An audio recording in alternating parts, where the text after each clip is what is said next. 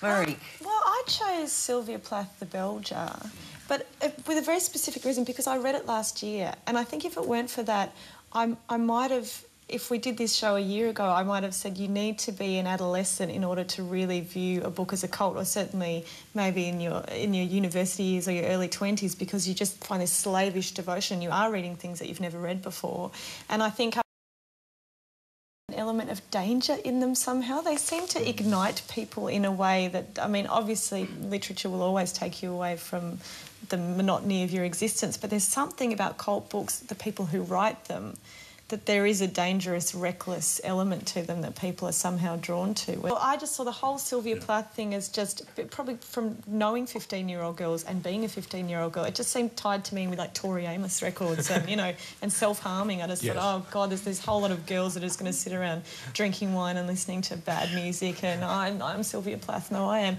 And so I probably avoided it for that. I thought it was going to be this sort of slightly shrill, hysterical female book.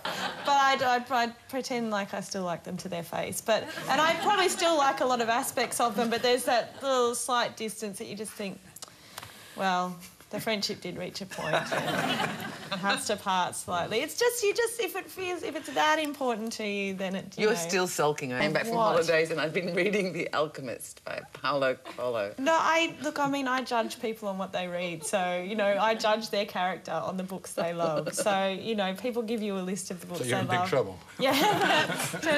Jen's been in big trouble for a really long time. That's right.